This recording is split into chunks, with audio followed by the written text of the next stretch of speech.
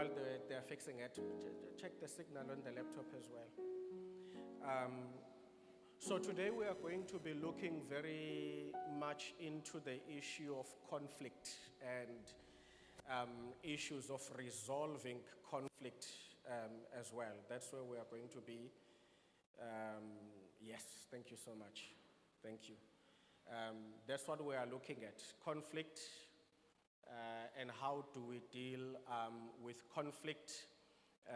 So first thing that I just want to put out to all of us is that for as long as you are a human being, you are in relationships. There are only few things in this world that don't have relationships. But if you are a human, you are in relationships. And you don't have to agree. There's no such a thing as I want or I don't want to be in relationships. Such a concept doesn't exist. You are human. That means you've got relationships. And they come from all sides. There are family relationships, work relationships, all manner of relationships. We are not talking about whether they are good or bad. I'm just saying we are in relationships as we speak. Okay? And you can't change that.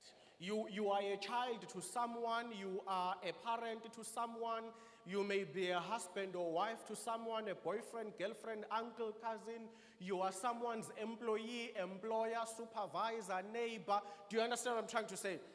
So wherever you look, you are currently busy relating with people around you. You are also relating with inanimate objects. You are relating with your cell phone, you are relating with your house, your car, if you've got one. So human beings are in relationships. There's a reason why when I scratch your car, you get angry. There's a relationship between you and the car. You can't say there are no relationships between living things and non-living things. No, there is. Otherwise, when your car is stolen, you would not be upset. You would walk out and the car is stolen and you say, oh, the car is gone, and then you move on. The reason you call insurance, you call police, you get angry, you cry, you no longer vote for them because crime is high, it's a relationship. Are you still with me? So wherever we turn, human beings are in relationships. And those relationships have things that dictate on them. Number one, all relationships have expectations. This thing, Yoguti, I have no expectations is a lie. Where there are no expectations, there's no disappointment. Where there's no disappointment, there's no relationship. Let me be clear. When someone says, I have no expectations from you, they mean they are not relating to you. It's a lie. Once a person says, I have no expectations, no, your value is zero in their life. Ayikho ukuthi hayi anginama expectations yenza nje na uzobona. No, because then mase ngingenzi ungaboni, you get disappointed. So you lied. You do have expectations. Okay? Relationships also have principles that they are founded on. All of us have got life principles that we use. And we relate to people who share those principles. And when people don't share them, the relationships end. Are we still together? Yes. It depends on the depth of the principle. For example, I might have a life principle that I don't drink and I don't support alcohol. For someone else, that principle is so deep, they don't make friends with people who drink.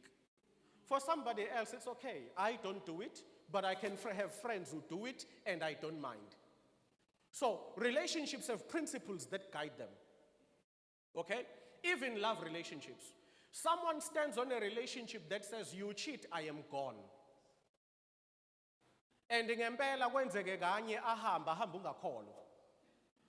Yabo? Because when you thought maybe their principle of second chances is higher than their principle of walking away. Ganti no. Their principle of walking away is more valuable than their principle of second chances. People have principles for relationships. And of course, there's also time influence. And what do I mean by time influence? I mean that time influences relationships on its own. There are people who were your friends, they are no longer your friends. Ankabananga, time happened. And with the time, people grow. That's why it's important to stop this thing of forcing people to be your friend. Some people have not fought with you, but the friendship will end. There was no gossip, there was no beef. As we grow, we've been gravitating towards different directions. No one fought anyone. Yabona manje nina seniyayicomplicate and hambe nithi God is cutting people off. God is cutting no one off. You and people are just growing in different directions. Senifuna uku-involve uNkulunkulu eyintweni angazazi. He is cutting no one off. People are just growing, they are different. Do you understand what I'm trying to say? When I was, believe you me, I am not the same kettle I was when I was 20 years old. I'm not. We are so different. When I look at that kettle, I think to myself, what gula lo? Are you still with me? Because life is happening. So time influences relationships, okay? And of course, character development. We go through so many things in life, they impact us. They impact us. And that can change relationships. For example, you'll hear people saying, not long after he got married, he stopped being our friend. And then they say marriage changes people. When people say marriage changes people, don't disagree. They are correct. Marriage does change people. I'm going through experiences you can't relate to. I'm not choosing to shut you out. It's that even if I told you, you lack a paradigm of relating. Do you understand? So let's not try and feel bad when people say to us marriage changes people. It does. It does. But that should not mean I think I'm better than you. No. It just means I'm going through things that unless you were married to, you would not relate to the dynamics of what I'm dealing with. You're not a bad friend. You lack experience for where I need to relate on. Are you with me? So singarelate enkonzweni kube mnandi, but then mase ngidlula kulezi zinto ezinzinyana ngingakutsheli lutho ngiye kulabangani bami abashadile. I'm not saying they are better than you. I'm saying we share a common journey of change and transformation. Make sense? Yeah, khona nizweke nihambe nilwa nabantu when life is just happening. And of course, there are also environmental factors that may change people. I see this a lot when I visit, for example, the UK, US, and other countries. People who left here as Africans with their African children. Then they get to the UK, they are still Africans, but the children are now Europeans. Are you with me? The environment has changed the child. So you've got a parent who still wants to raise you using African values, and a child who can't relate to Africa. They came here when they were 2 years old. They are as European as Europe can be. Environments change people. Are we together? Right. So, but in spite of all of this, there is something I want to share with you. Generally, people will say to us, the only constant in life is death and taxes. Have you ever heard that saying? The only constant in life is death and taxes. But I want to go further and say the only constant in life is change itself. Change is the constant of life. The one thing you cannot change in life is that life changes. And it will be a principle for the rest of our lives. Are we still together? And so relationships are not immune also to that change. Where there are relationships, there will always be changes, okay? And people who don't change fall into two categories. And relationships that are not affected by change only belong to two categories.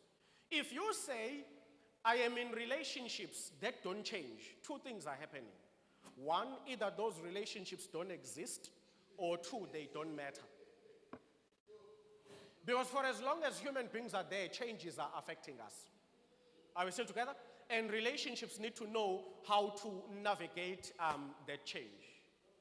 Now, because life changes, there are bound to be conflicts. These are not conflicts because you are a bad person. There are conflicts because whenever there's a change, a relationship has to answer the question, where do I stand now? Every time life introduces a change, your relationships also have to answer, okay, now that this is changing, what does it mean for us? Are you with me? And that's when conflict is born. Whenever life introduces change, conflict is born. Because the relationship now wants to know, where do I stand?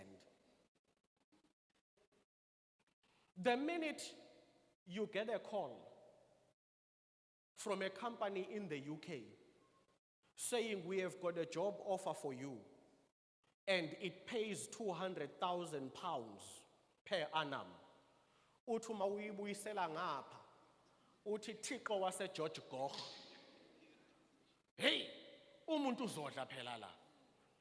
That change affects your girlfriend. And your relationship with her must now answer, where do we stand? Are you with me? So wherever there is change, there is conflict. Even in nathi sabazali, mangeni call manje, kuthiwa sidinga umfundisi e-UK. Uyabona? Sekumele uyibheke indaba yabantwana ukuthi angathi kuzomela nishaye nje unyaka ngingekho. But then your fatherhood relationship must answer. Your wife relationship must answer.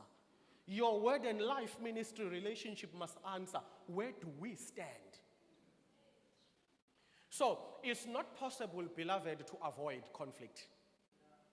Let's just be realistic. People who don't want conflict are people who don't want to exist. The only sure way to avoid conflict is don't exist. Then you are safe from conflict. Okay? So we do have to respond. Let's go back. Yes. So we do have to respond to conflict. And we are going to deal with two things. There is conflict management and conflict resolution. And we need to address that. So, because we must respond to conflict. So, firstly, let's deal with management. Interestingly, this word manager, it is argued that it comes from two sources in history. The first one is in the Latin language, okay? It comes from the word manus, meaning a hand, okay? Now, manus is where comes the word manual, you know, like your TV manual. It comes from training horses. So, when they are trying to teach a horse how to behave, the Italians would say, you are manusing it, manus. But from there comes the word manage. In other words, it is to guide, it is to teach, it is to restrain, it is to reform something, okay? That's the one principle that is used to explain what it means to manage, okay? But there's a second one which comes from the Greek, from which comes the disease meningitis. It comes from the Greek word meninges, which means layers or membranes. Because for those of you who didn't study anything biological, meningitis is a disease that affects the three membranes that cover the brain and the spine. Your brain and your spine are protected by three layers known as para, dura, and arachnoid. These three layers have the job of insulating. They are so powerful, they prevent viruses and bacteria from going through. But why then do you get meningitis? When a bacteria or virus more powerful than them enters, in order to protect the brain from that virus, the meninges begin to swell up. They are trying to push the virus out. Hence, you start feeling headaches. Because the meninges, para, dura, and arachnoid, they are pushing the skull, the cranium out in order to prevent the virus from reaching the brain. So when you've got meningitis, for example, one of the procedures they will use is cranial pressure removal. So they cut the cranium out. You are in ICU, you can't see anything. Your cranium is out. Your brain is covered using a plasma membrane so that the meninges can breathe. Why?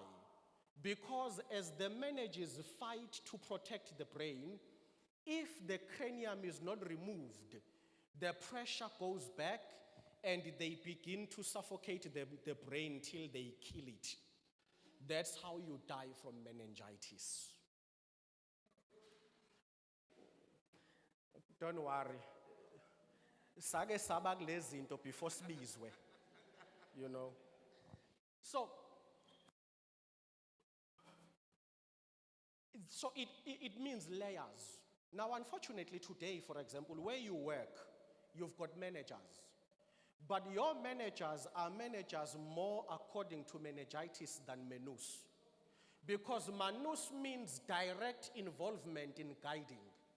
But most managers are not like that. Most managers are layers of bureaucracy. So they follow meningitis rather than following manus. They actually don't help you to perform. They simply layer you with burdens. Okay? So conflict is the same. There are two ways of managing conflict. You can manage it manus, or you can manage it meningitis. And I'll explain the differences. If you manage conflict manus, this is what you do. You put layers between you and the conflict. Those layers could be silence, physical distance, ego, and anger. You are now responding to conflict, but you are using the meningitis approach. You deal with it by putting layers between you and it. Are you with me? I'm going to give you the silent treatment. You try to break through the silent treatment. I relocate. I take a job in another country, so we don't talk. So I've put in distance. Are you still with me? Or ego. I allow myself to be too superior to engage with you. I'm too big to engage with you. All right? Or anger. And a classical example of this one, for example, if unfortunately, guys, unfortunately, men do this the most. You know, when a man is caught cheating, he gets angry that you touched the phone. He doesn't engage the crime of cheating. He engages anger for touching the phone. Because anger becomes a barrier to accountability. Anger is a strategy to avoid accountability. Listen, touching the phone is a far lesser crime than cheating.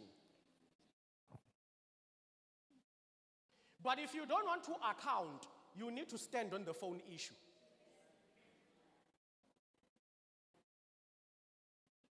Kwasinde endlini uphu amen. Ngathi amakholwa ayalimala ke manje. Okay? So, anger can be a way of layering. I don't want to respond to this. So whenever I'm asked, I'm just going to go angry. Just going to go angry. Whenever it's touched, I go angry. It's a response to conflict, but one that puts layers. Okay? Now, why do people respond this way to conflict? One, fear of rejection. When someone suspects that when this is over, I will be out in the cold.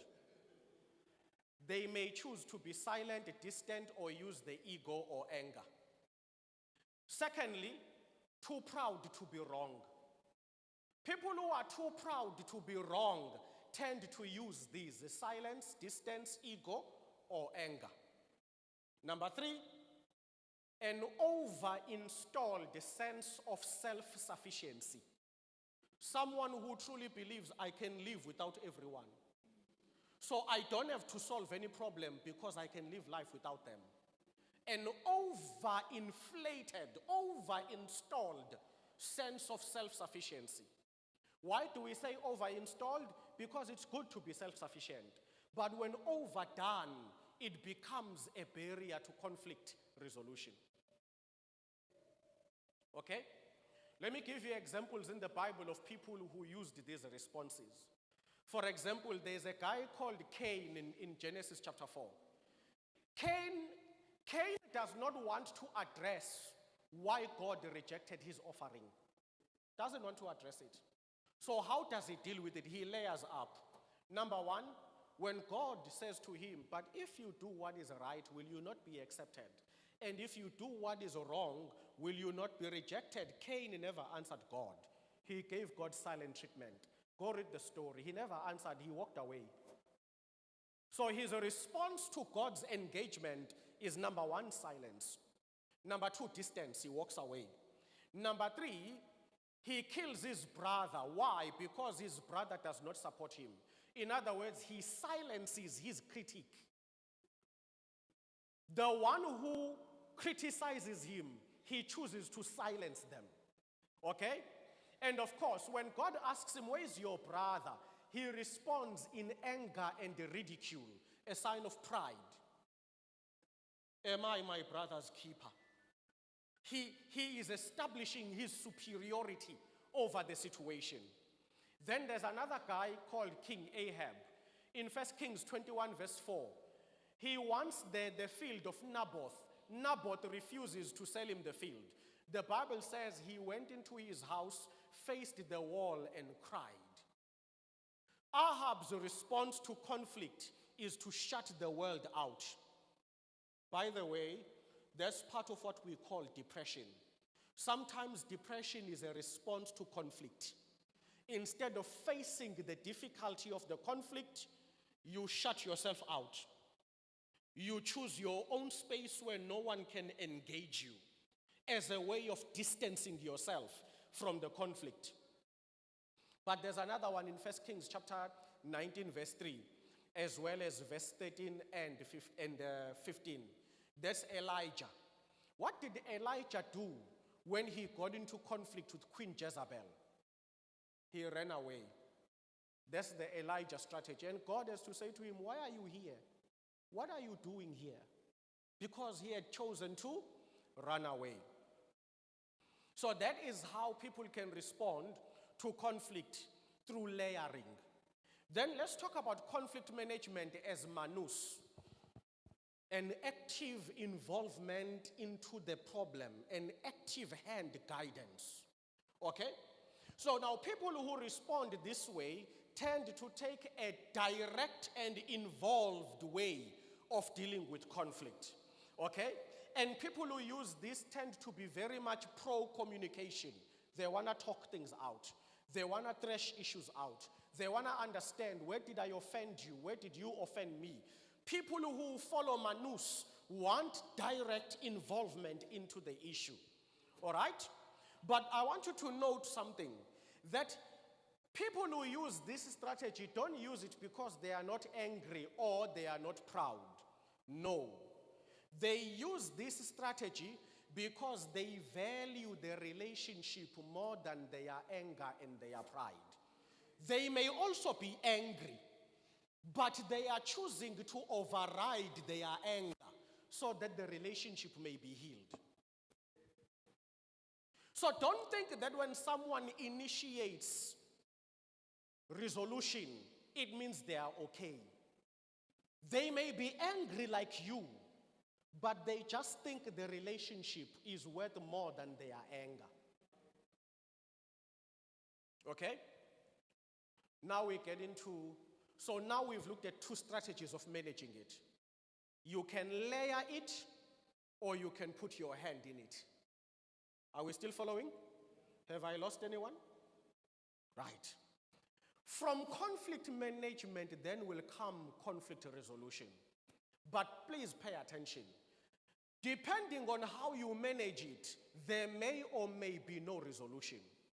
Because if you use layering, we will not resolve it. But if you use direct hand, we have an opportunity to do what? To resolve it. Okay? This word, resolve, coming from, again, Latin words, implying either to liquidate, to untie, or make loose. Okay? So, how then do we understand conflict resolution? So this is my definition of conflict resolution for the purposes of this presentation. We say conflict resolution is the ability to untie yourself from a problem by applying force to break your bond with the problem before the problem becomes so deep it defines you permanently. So conflict resolution literally is to dissolve yourself from the problem. Because as long as you are not dissolved, your bond with the problem is getting deeper by the minute. And before you know it, you've gone so deep in the problem. The problem is you are the problem. You've become inseparable. When my wife and I were getting married, our wedding was officiated by Dr. J. Mongwe. Dr. Mongwe gave us a piece of paper, a newspaper, you remember. He then set it alight. We were holding it. And as the fire came closer, he said nothing. We just threw it away. And he says, this is how successful marriages work. Don't hold on to the problem till it burns you. Throw it away and hold on to each other. But people who say, I will hold on to it,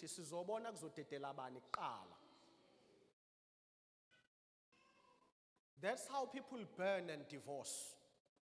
Someone held on to the problem, loved it so much, they could no longer part from the problem.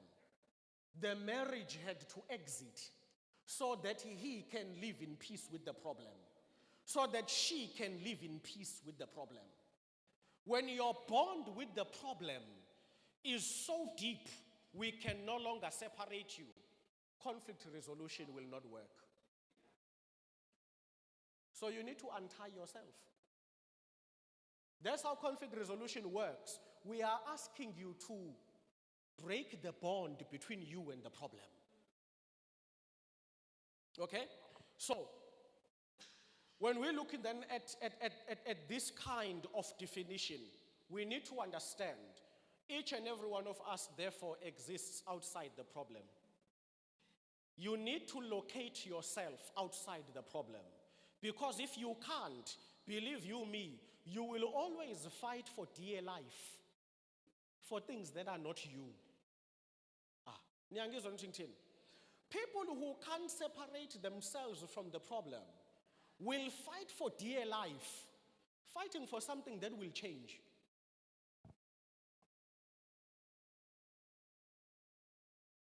Are you with me? Right. Now, let's look at the story we are basing our lesson on. Let's take our Bibles to 1 Kings chapter 3. 1 Kings chapter 3.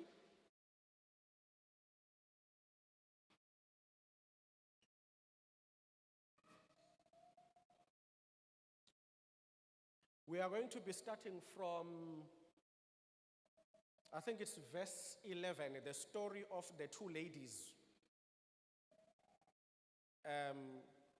who needed King Solomon to solve the problem of the dead baby. Is that where it starts? Verse 11? 16. Right. So this is the story. I'll tell it to you because we're trying to save time. We started late because of generators. In 1 Kings chapter 3, Solomon has prayed for wisdom. God says, I'm giving you wisdom. First case that comes to his court, the Bible says there were two women who are prostitutes. They were both pregnant. Then the first woman gave birth, assisted by the other one. 3 days later, the second woman gives birth. Then in one of the evenings, when they wake up in the morning, because they sleep together with their children, they realize that one of them slept on top of their baby and the baby died. There is now one living baby, and they dispute whose baby it is. The case is brought before King Solomon. King Solomon listens. They describe the issue. King Solomon then says to one of the soldiers in his court, you say, speaking to the women, you say this child is yours. You say this child is yours. Says to the soldier, bring me a sword. Let us cut the baby in half. You will each receive what is equal. Then one lady says, this is a good judgment. The other lady says, no, my lord. Spare the child and see to it that they live. Do not kill the child.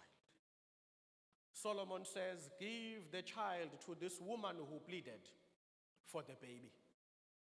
It is clear to me, only a mother would fight for the right of their child to live, even if they are being raised by somebody else. So let's look at the characters in the story.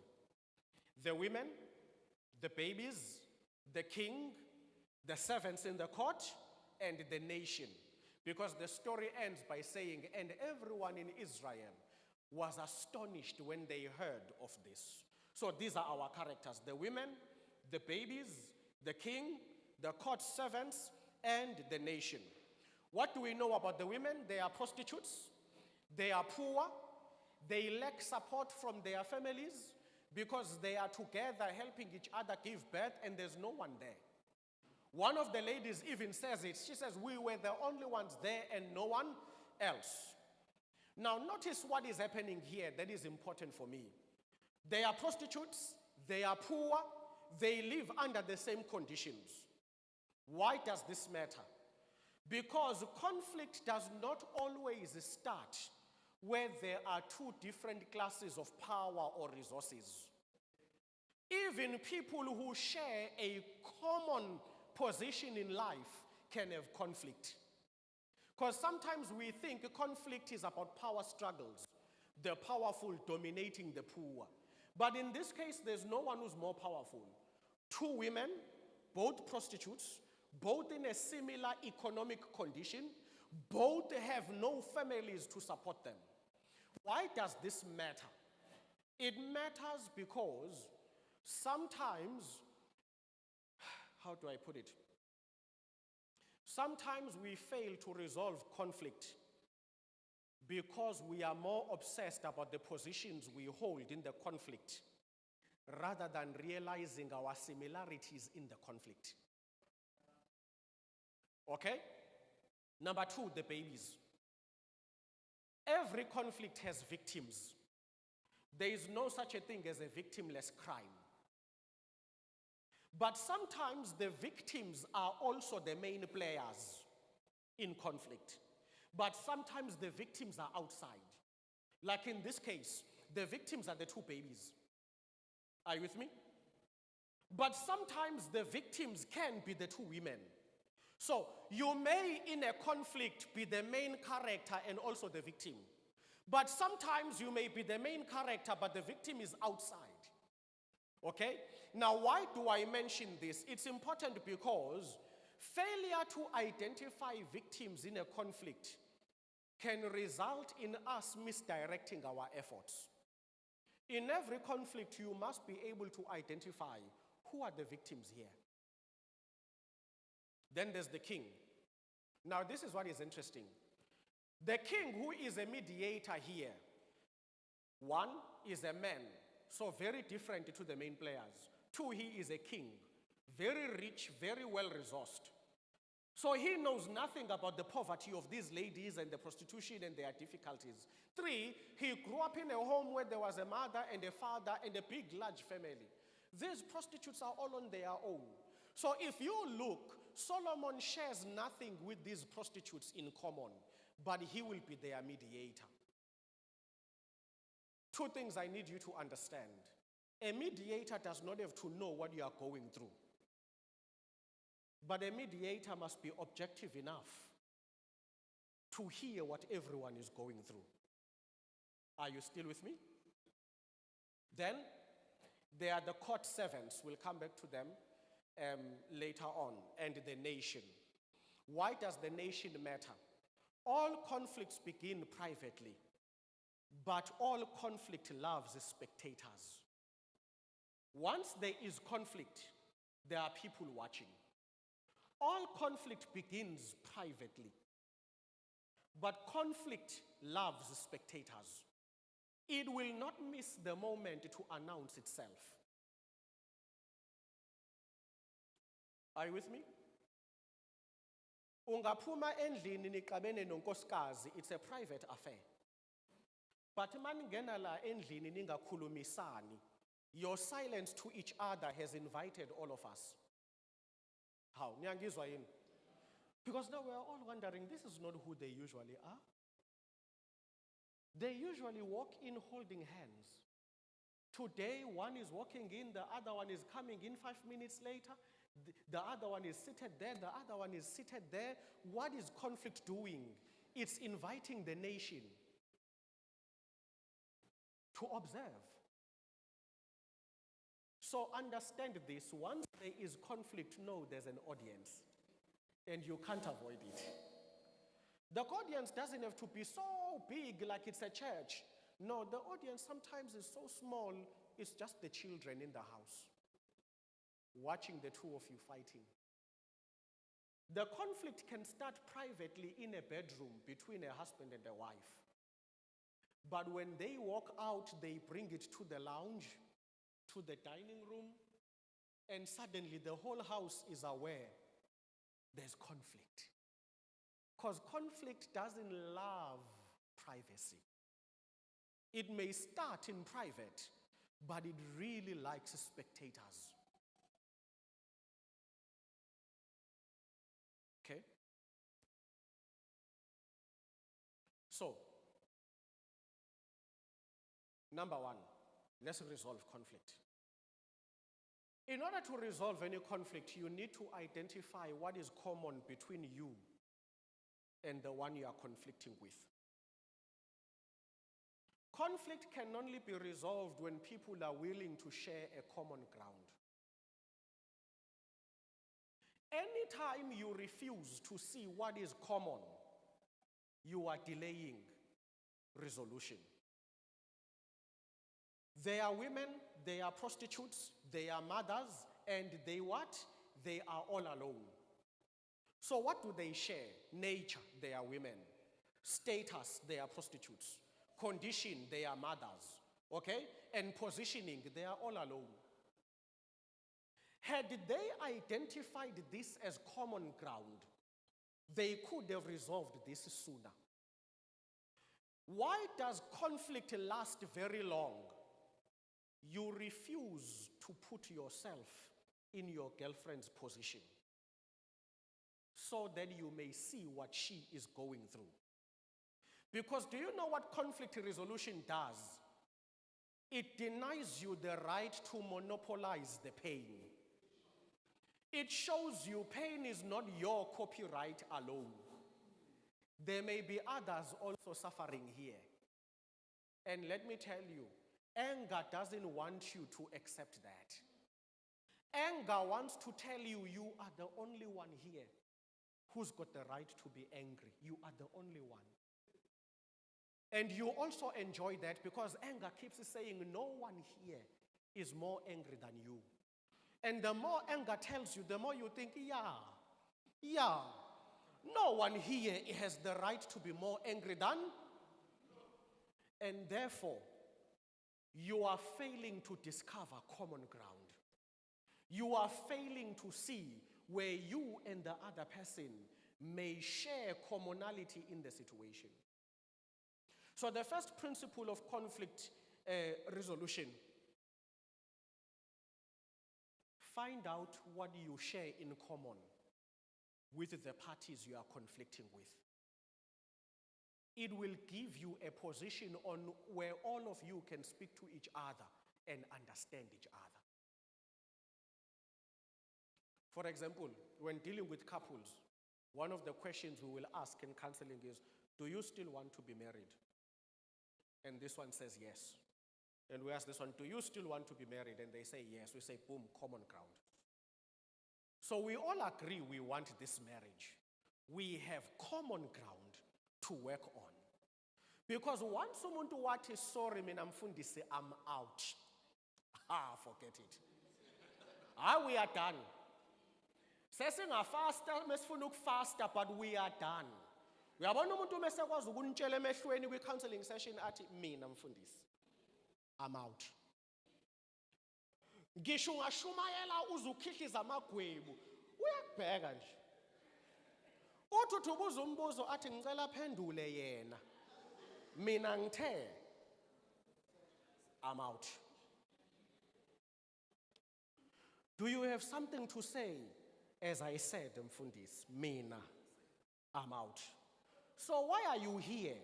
No, I've been telling them I'm out. Agalaleli. So mhlambe wena uzomtshela kangcono. I'm out. Yilake na uvala iBhayibheli lakho, uvala ama note akho, uthi hayi mfowethu. She's out. No conflict can be resolved there. You cannot resolve conflict if you are not willing to share common ground. You've got to share common ground.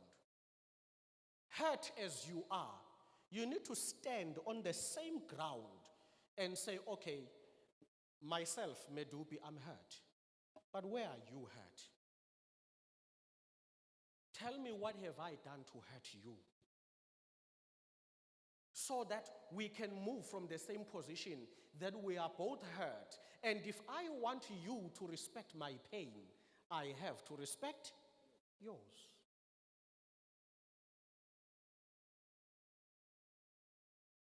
Right? 2, in conflict resolution, one of the most important things to do there when resolving conflict, be careful of overemphasizing your differences.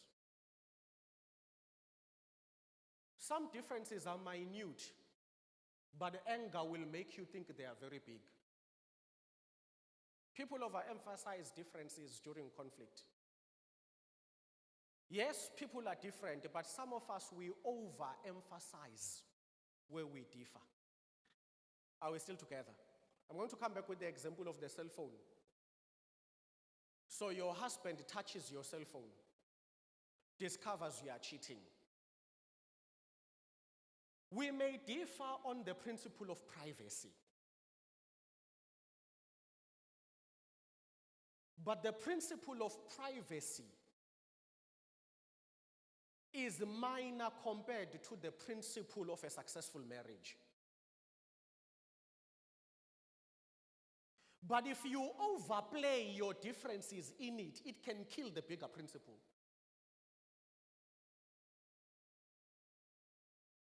Ngeke mina ngikwazi ukuba semshadweni nomuntu othinta ifoni yakho. Really?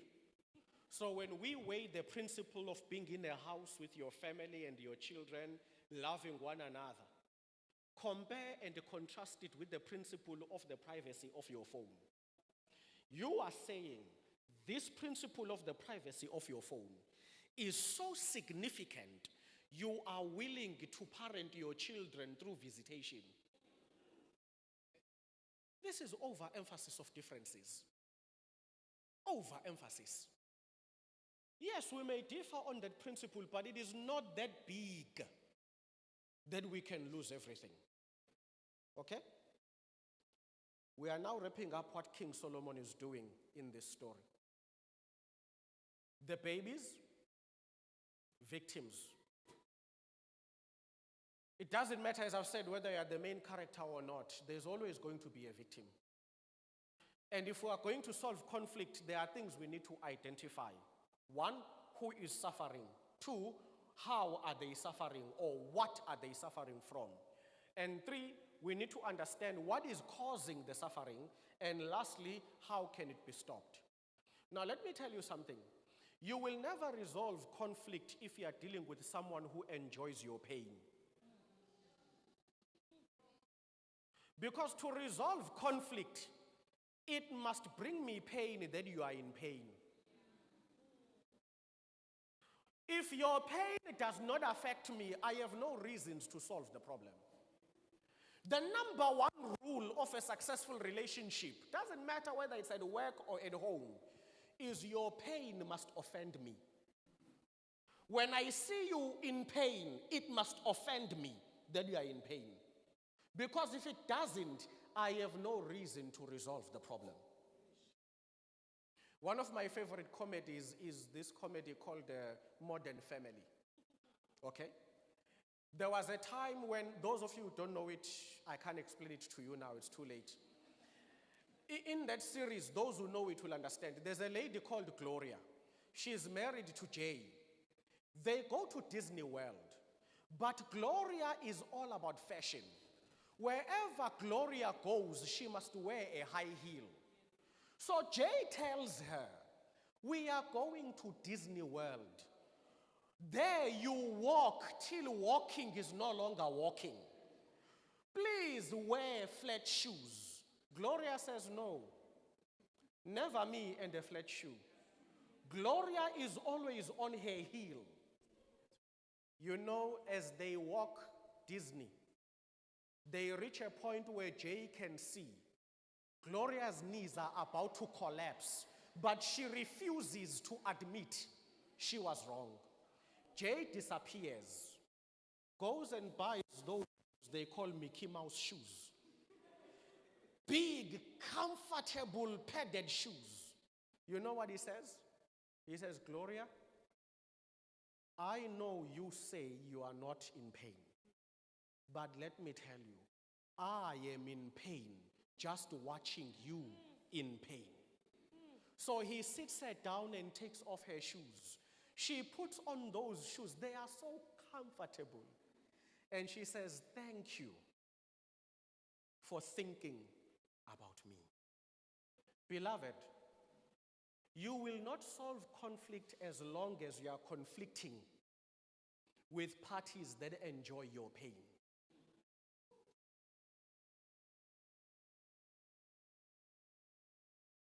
It's very important to feel other people's pain, because then you will rush to the solution. There's a problem here. Are you with me? So, first thing, how does King Solomon mediate? One, he listens. The two ladies come before him and tell the story.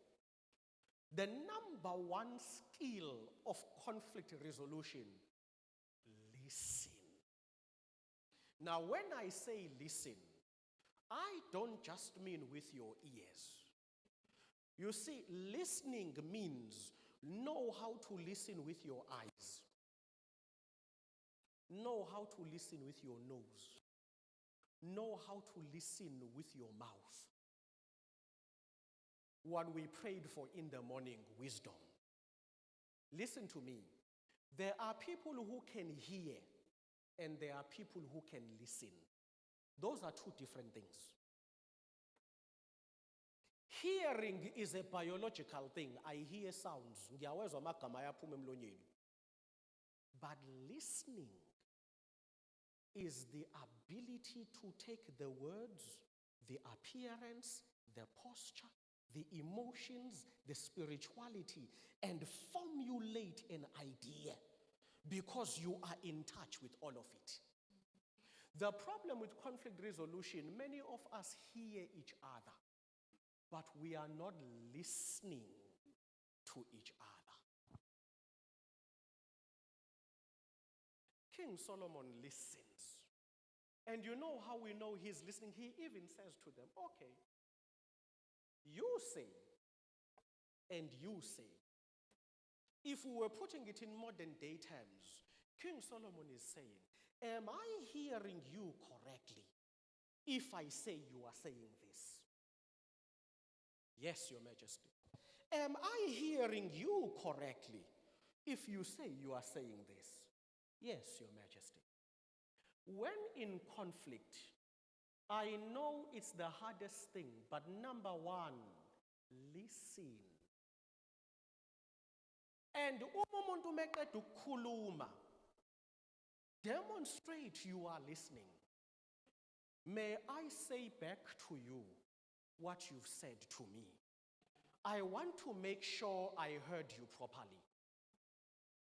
Are you saying, when I did this, it made you feel like this, and like that? Yes. Now I get you. Oh, no, that's not what I am saying. Okay. Please rephrase for me, because right now it's coming across this way. You will never solve any conflict if you don't want to listen. And let me sort out a very quick question. Who listens first? You see, if you have that question in your mind, you've already failed conflict resolution. In conflict resolution, we do not jump for being listened to first. We jump to listen first. That's how you solve conflict. You don't say, hear me, after you hear me, I'll hear you. To solve conflict, you say, let me hear you. Listen. Listen to the emotions. Even typed words carry emotions. The reason you miss it is because you don't know me. If you know me, you know how I use words. My wife can send me a WhatsApp. I can feel the mood in the words. She doesn't put an emoji, but I can see this answer. Wherever she is, she's upset. She's happy. She's angry. She's confused. The reason people hear our words but don't listen to their value, it is the struggle that you don't pay attention to who I am. You don't know me. That's why my words and their value confuses you, because you don't take time to know me. When you take time to know the people in your family, their words will not just be neutral. You will also hear the emotion that accompanies those words. You see, this word, this phrase, I'm okay, it's a neutral phrase. Anyone in the planet can say it. But know the difference when I'm saying it and when the neighbor is saying it.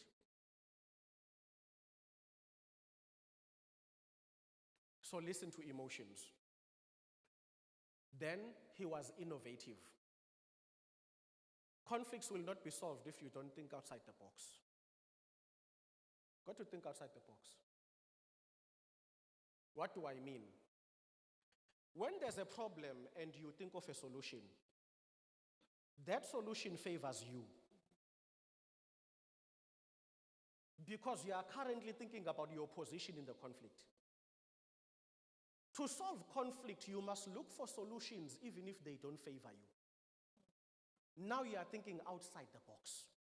You are trying to solve a problem, not please yourself.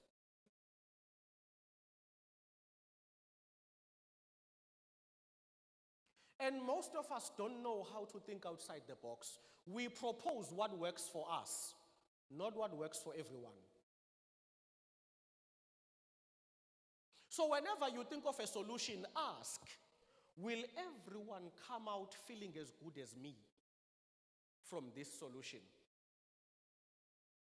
Are you with me? So he thinks outside the box and he says, give me a sword. That's an interesting line. There's a soldier in the court who gave him a sword. Why does this matter? Because in every conflict, there are people on your side ready to give you swords. And on my side, there are people ready to give me swords. Be careful of the people who surround you during conflict. Others are carrying petrol.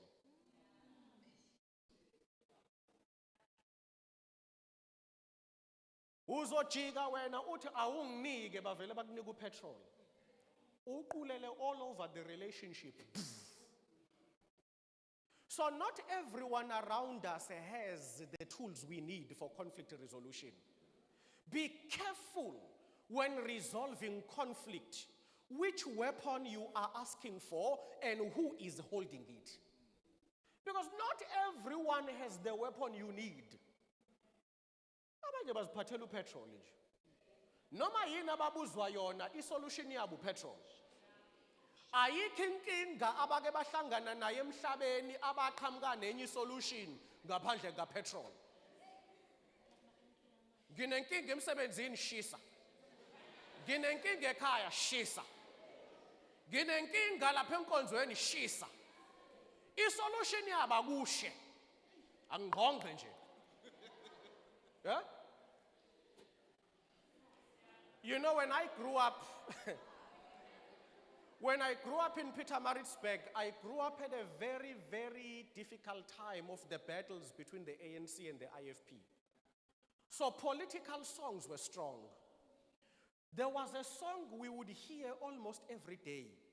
It would say, Maguliwe. Oh, Maguliwe, Maguliwe. That was the only phrase. Maguliwe, oh, Maguliwe. There's nothing in that song other than Afumuntu. There are people in life who have no song to sing in conflict other Agufofai.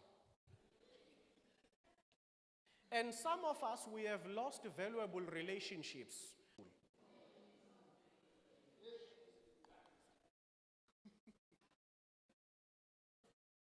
Yeah? A good example of that, Mpendulo, is this movie that people like, Acrimony. The power of wrong advice. Mshiye. Nje mshiye akungqonge. Kuvele kungqonge. Uthi sewukushisa konke kuvele kuvuke ngale. Conflict. Amen. Conflict requires, remember what we prayed for last week? The wisdom to tell our problems to the right people. Conflict requires, ask God to surround you with the right people. Because should you tell your issues to petrol people, you're done. People will make you give up on a business idea only for them to pick it up after. Run with it. When you were presenting it, they said, Sbari, no. No. This thing doesn't even have a beginning, an end. Hey, now ubona ukuthi ngiyabhayiza la. Uqeda ukuyibeka phansi nje idea isa warm. Uthi uma ujika bayixoshe. Tho iyasebenzeka lento. King Solomon says, give me a sword. You need people around you who can offer the right weapon for the context of what you are trying to solve. Otherwise, you may be in trouble.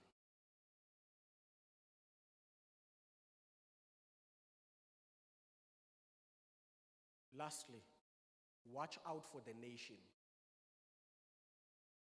Some of you are in conflicts that should have long been resolved, but you feel you owe spectators some drama. Because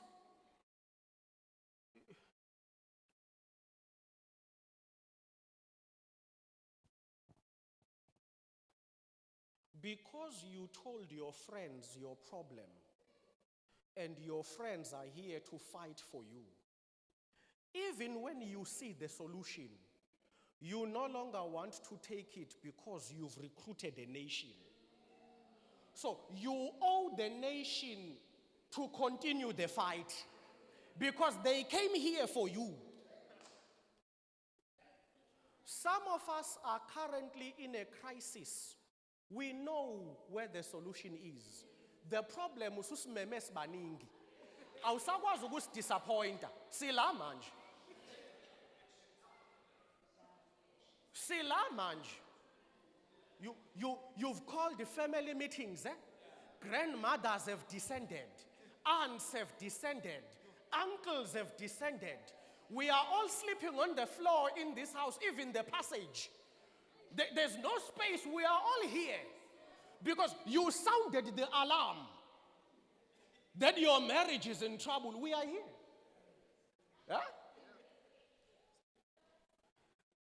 And usibize wazi kahle ukuthi siyayisolve inkinga thina. Obhedayo nje simbamba manje. My grandmother, a woman I love so dearly. My grandmother had a very strong personality. That is why she could raise me and my brothers in difficulty. But equally, my grandmother was a war hero. My grandmother didn't have time for talking. My aunt there can tell you, Yamaz, she was this short, but she brought the fight. You don't tell her unless someone must be beaten. If you still want to talk, leave her out. She has no time to leave Maritzburg and come here to talk. When you call her and say, Gonagele, my grandmother had sustainable anger. It would start while she is packing. You would hear her. Hey, abangazi la. Bacabanga ukuthi benzani. And she had swear words. So while packing, she's releasing them. Oh, banika bani, ucabanga ukuthi. Ungacabanga ukuthi on her way, she's dialing down. No, the closer she gets, the volcano is getting even more boiled. When she gets there, she doesn't want to talk. She walks in saying, Utini. Some of us, unfortunately, we've recruited such people around us. And what happens is that even when we can see a way out, we feel obligated to sustain the war because they are now here. Beloved, be careful. Please be careful. When God offers opportunities to solve a problem, solve it. Don't feel you owe your spectators a fight. Yeah? Some of them will call you to the side. Size lokuzolwela wena, and then when usuyaxolisa.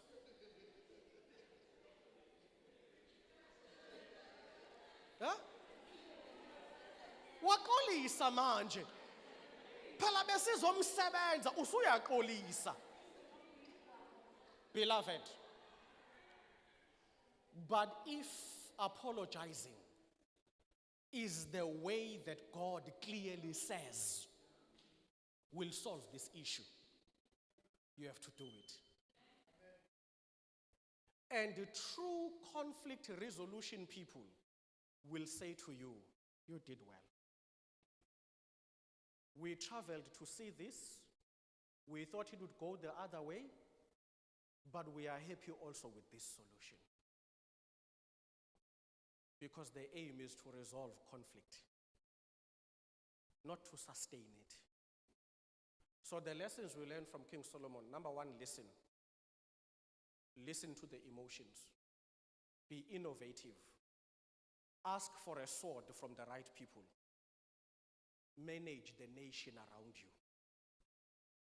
You do these 5 things, you are going to solve your conflicts. You listen to the words, you listen to the emotions. You become innovative, think outside the box. Eh? Be careful where you will ask the sword from. Ask from people who will really give you a tool that will help you. And lastly, watch out for the nation. You don't owe the nation drama. You will stay longer in conflict because you want to give the nation some drama. No. No. Must be able to say, this thing will work if I apologize. You are a man, your brothers are here, your father's here. They are all here to show this woman that we can get another one if we want to. She will not tell us. We are not married to her family. She is married here. And then in front of all of them, you say, I just want to apologize to my wife. Babone bonke begxuma bethi, "Hey! Wenzani manje?" Conflict resolution. We are now finding a way out of the problem. Are we still together? May God bless you. Praise Him. Please come forward and lead us, and we are done for the day. So please go home. Let's practice these things at work and everywhere else. Okay? Let's practice these things wherever we are. Let's not hold on to conflict till it defines us. Conflict is outside of you. The problem is outside. Don't love the problem more than the relationships you have. Okay?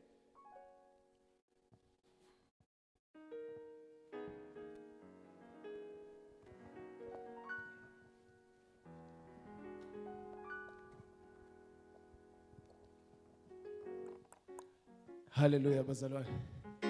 It's still nice to be here. It's still nice to be here. All right, okay. It's that time of the day now where we're going to greet each other. I know we've been sitting for a while, so please, when it's time for us to love everybody, make sure you take the opportunity to stand and hug your neighbor.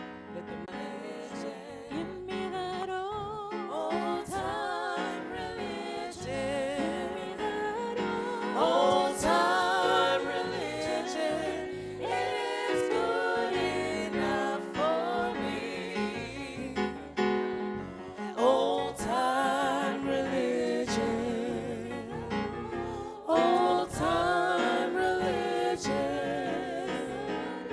Old time religion.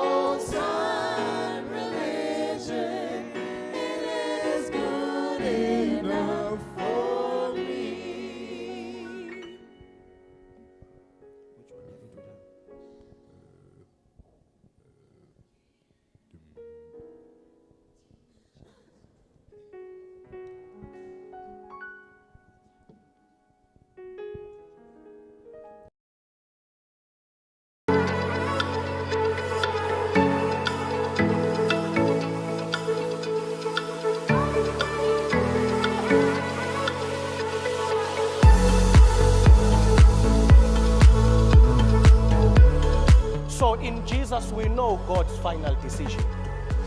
His final decision was to love us. He chooses to love rather than to go around punishing.